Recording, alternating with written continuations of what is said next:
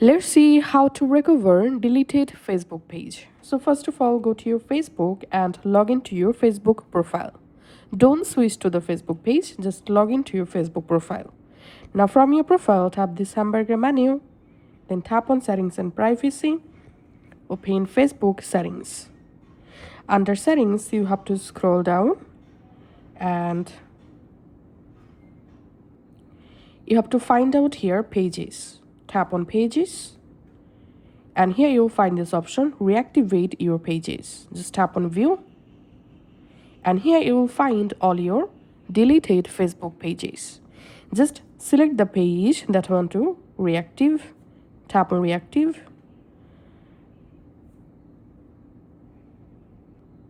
and as you can see, the deleted Facebook page has been successfully reactivated. So this is how we can actually do it. Thanks for watching.